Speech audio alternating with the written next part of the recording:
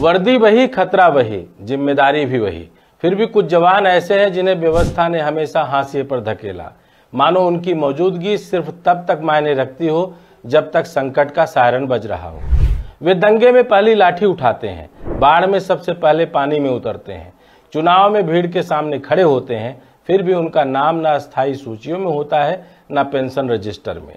जिनके साहस पर भाषण गूंजते हैं उन्हें असल में ऐसा व्यवहार मिलता है जैसे वे केवल इस्तेमाल करने और फिर भुला देने लायक औजार हों। यह कहानी सिर्फ उनके हक और सम्मान की नहीं, बल्कि उस नीतिगत भेदभाव की है जो एक वर्दी को सोने का ताज और दूसरी को मिट्टी का भाव देता है। कहने को यह देश का पहला सुरक्षा कवच है, पर सम्मान के कतार में सबसे आखिरी पायदान पर। नमस्कार, मैं डॉक्टर विजय शुक्ल। किन्नौर से एक होमगार्ड साथी की फरमाइश पर हमने उनकी बातों को रखने का प्रयास किया है। उनके अपने दर्द को हमने तरजीह दी है, क्योंकि तभी हम शायद गांव की गूंज दिल्ली तक बन सकते हैं। आजादी के बाद इस देश ने अपनी सुरक्षा व्यवस्था को कई परतों में गढ़ा। सीमाओं पर सेना, औद्योगिक प्रतिष्ठानों और संवेदनशील ढांचों की सुरक्षा के लिए सीआईएसएफ जैसे अर्धसैनिक बल, राज्यों के भीतर कानून व्यवस्था के लिए पुलिस और एक ऐसा बल जो सबसे पहले संकट की जगह पर पहुंचे और आखिरी तक खड़ा रहे। यह था होमगार्ड्स का बल। 1960 के दशक में इसका गठन एक स्वयंसेवक बल के रूप में किया गया, जिसका उद्देश्य था दंगे, प्राकृतिक आपदा, चुनाव और भीड़ नियंत्रण जैसी आकस्मिक स्थितियों में पुलिस की मदद करना। इसकी संरचना इस तरह रखी गई कि राज्य सरकारों के पास एक स्थानीय, तुरंत उपलब्ध, प्रशिक्षित लेकिन अस्थायी वेतन और पेंशन से मुक्त बल हो। यही इसकी ताकत भी थी और सबसे बड़ी विडंबना भी। शुरुआती वर्षों में होमगार्ड्स को आपात स्थितियों में बुलाकर ड्यूटी करवाई जाती थी और बाकी समय ये अपने व्यक्तिगत काम करते थे। लेकिन समय के साथ राज्य सरकारों ने इस बल का इस्तेमाल अस्थायी जिम्मेदारियों में करना शुरू कर दिया। चुनावी ड्यूटी, वीआईपी सुरक्षा, बड़े धार्मिक आयोजनों में भीड़ नियंत्रण, दंगों में मोर्चा संभालना, बाढ़ और भूकंप जैसी आपदाओं में राहत कार्य। ऐसी कोई भी जिम्मेदारी नहीं बची जिसमें होमगार्ड्स न उतारे गए हों। मगर इस बदलाव के साथ इनके दर्जे में कोई सुधार नहीं हुआ। ये न पुलिस की तरह अस्थायी कर्मचारी माने गए, न सीआईएसएफ की तरह अर्धसैनिक बल का सम्मान मिला। आज भी स्थिति यही है कि होमगार्ड्स को केवल उन दिनों का भत्ता दिया जाता है जब उन्हें ड्यूटी पर बुलाया जाता है। प्रदेशवार देखें तो यह भत्ता अलग अलग है। उड़ीसा में 623 रुपये प्रतिदिन और 140 रुपये का प्रशिक्षण भत्ता। कर्नाटक के मैसूरू में पुलिस ड्यूटी पर 800 रुपये प्रतिदिन और अन्य ड्यूटी पर 500 रुपये। हिमाचल प्रदेश में 883 रुपये प्रतिदिन और कुछ परिस्थितियों में 900 या उससे ऊपर, जबकि उत्तर प्रदेश में यह करीब 672 रुपये प्रतिदिन है। सुप्रीम कोर्ट ने स्पष्ट निर्देश दिया था कि ड्यूटी अलाउंस पुलिसकर्मियों के मासिक वेतन के बराबर होना चाहिए, लेकिन अधिकांश राज्यों ने इस आदेश को लागू नहीं किया। नतीजा यह है कि जिस दिन बुलावा आता है घर का चूल्हा जलता है और जिस दिन नहीं आता परिवार आर्थिक तंगी में धंस जाता है। यह आर्थिक असुरक्षा सीधे मानसिक दबाव में बदलती है। ड्यूटी पर तैनात रहते समय ये जवान अदम्य साहस दिखाते हैं। भीड़ में अकेले लाठी लेकर खड़े रहना, हथियारबंद अपराधियों का सामना करना, बर्फीली चौकियों पर रातें गुजारना। लेकिन छुट्टी के बाद जब वे घर लौटते हैं तो अनिश्चित भविष्य, सामाजिक उपेक्षा और पारिवारिक जिम्मेदारियों का बोझ उन्हें तोड़ देता है। कई बार यह तनाव शराब का सहारा लेने में बदल जाता है। यह लत नहीं, बल्कि उस दर्द का अस्थायी इलाज है जो उन्हें व्यवस्था की बेरुखी से मिलता है। हमारे साथी लोकेंद्र वैदिक द्वारा दिखाए गए एक होमगार्ड्स के शराब पीने की अपनी उस स्थिति को इससे जोड़कर भी देखा जा सकता है और नशे की लत में कैद होते पूरे तंत्र को नशा बेचते बेचते उसका हिस्सा बनने का अपना एक अलग तरीके की व्यवस्था के रूप में देखने के तरीके से भी देखा जा सकता है। होमगार्ड्स में महिला पुरुष का अनुपात भी सामाजिक असमानता की कहानी कहता है। देश की पुलिस में जहां महिलाओं का औसत अनुपात मात्र 10% है, वहीं होमगार्ड्स में यह औसतन 20 से 25% है। तमिलनाडु में कुल 11,622 होमगार्ड्स में से 2,750 महिलाएं हैं, करीब 24%। यह संख्या बताती है कि महिलाओं की भागीदारी अपेक्षाकृत अधिक है, लेकिन उनके लिए सुरक्षा के मानक और अवसर अभी भी अधूरे हैं।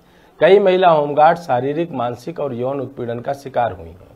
उत्तर प्रदेश के लखीमपुर खीरी में एक होमगार्ड ने 17 वर्षीय नर्सिंग छात्रा का अपहरण कर गैंगरेप किया, जबकि बिहार के बोधगया में भर्ती ड्राइव के दौरान एक महिला बेहोश हुई तो एम्बुलेंस में ले जाते समय उसका यौन शोषण हुआ। यह केवल व्यक्तिगत अपराध नहीं बल्कि एक संस्थागत असफलता है। जो संगठन के भीतर और आसपास सुरक्षा की कमी को उजागर करती है। इस बल की संरचना में भी कई कमियां हैं। कोई राष्ट्रीय प्रशिक्षण मानक नहीं है, उपकरणों की उपलब्धता राज्यों पर निर्भर है और यह असमानता कार्य क्षमता पर असर डालती है। हथियार, संचार उपकरण, भीड़ नियंत्रण गियर, इन सब की कमी या असमान वितरण एक बड़े संकट के समय इन्हें कमजोर बनाते हैं। मानसिक स्वास्थ्य सहायता या परामर्श जैसी सुविधाएं लगभग ना के बराबर हैं। अगर हम अंतर्राष्ट्रीय उदाहरण देखें तो स्पष्ट है कि भारत ने अपने होमगार्ड्स के साथ न्याय नहीं किया। अमेरिका का नेशनल गार्ड एक संघीय मान्यता प्राप्त संगठित बल है जो राज्यों और संघीय सरकार दोनों के अधीन काम करता है। यह आंतरिक आपदा, दंगों और आपात स्थितियों में पहले मोर्चे पर तैनात होता है और इसके जवानों को नियमित प्रशिक्षण, वेतन, पेंशन और सभी लाभ मिलते हैं। जापान का वॉलंटियर फायर कॉर्प्स स्थानीय समुदाय पर आधारित है जो आग, आपदा और बचाव कार्यों में प्रशिक्षित और सुसज्जित होते हैं। इन्हें सरकारी मान्यता, उपकरण और बीमा सुरक्षा दी जाती है ताकि ये संकट में बिना आर्थिक भय के काम कर सकें। ये उदाहरण बताते हैं कि स्वयंसेवक बल को भी अगर सही संरचना, मान्यता और संसाधन दिए जाएं तो यह पेशेवर, भरोसेमंद और अस्थायी सुरक्षा कवच बन सकता है। भारत में अगर होमगार्ड्स को मान्यता प्राप्त संगठित बल का दर्जा दिया जाए तो वे आंतरिक सुरक्षा के प्रथम प्रतिक्रिया बल बन सकते हैं। दंगे, बड़े जुलूस, चुनाव, बाढ़, आग, हर घरेलू संकट में सबसे पहले सक्रिय होकर स्थिति को संभाल सकते हैं। इससे अर्धसैनिक बलों और सेना का घरेलू दायित्व कम होगा और वे सीमाओं की सुरक्षा व सामरिक अभियानों पर ज्यादा ध्यान दे सकेंगे। इसके लिए एक ठोस वित्तीय और संगठनात्मक मॉडल जरूरी है। एक होमगार्ड्स निधि का गठन किया जा सकता है जिसमें 50% राज्य सरकार, 30% केंद्र सरकार और 20% कॉर्पोरेट सोशल रिस्पॉन्सिबिलिटी यानी CSR फंड से योगदान की संभावना हो सकती है। CSR सहयोग सुरक्षा, आपदा प्रबंधन और सामुदायिक सेवा के तहत अनुमान्य है और इससे इनका प्रशिक्षण, आधुनिक उपकरण, स्वास्थ्य बीमा और मानसिक स्वास्थ्य कार्यक्रम चलाए जा सकते हैं।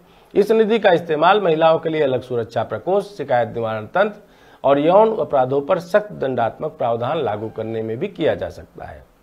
संगठनात्मक ढांचे में सुधार के लिए इन्हें राज्य अर्धसैनिक बल के रूप में कानूनी मान्यता दी जानी चाहिए। बढ़ती, पदोन्नति, सेवा अवधि और सेवानिवृत्ति के स्पष्ट नियम बने। महिलाओं की न्यूनतम भागीदारी 33% तय हो और सभी के लिए राष्ट्रीय प्रशिक्षण अकादमी के माध्यम से आधुनिक हथियार, body camera, bullet proof jacket और संचार उपकरण उपलब्ध कराए जाएं। इन्हें पेंशन योजना या राष्ट्रीय पेंशन प्रणाली NPS में शामिल किया जाए।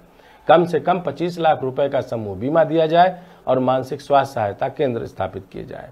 इस सुधार के अपेक्षित परिणाम कई होंगे। आंतरिक सुरक्षा में तेज और पेशेवर प्रतिक्रिया क्षमता विकसित होगी। सेना और अर्धसैनिक बल सीमाओं और रणनीतिक कार्यों पर ज्यादा केंद्रित हो सकेंगे। रोजगार में स्थायित्व आएगा, जनविश्वास बढ़ेगा और होमगार्ड्स को वह सामाजिक सम्मान मिलेगा जिसके वे हकदार हैं। महिला भागीदारी और सुरक्षा में सुधार होगा और एक मजबूत, जवाबदेह और प्रेरित बल तैयार होगा। होमगार्ड्स को संगठित बल का दर्जा देना केवल एक प्रशासनिक सुधार नहीं बल्कि सामाजिक न्याय और राष्ट्रीय सुरक्षा का भी प्रश्न है।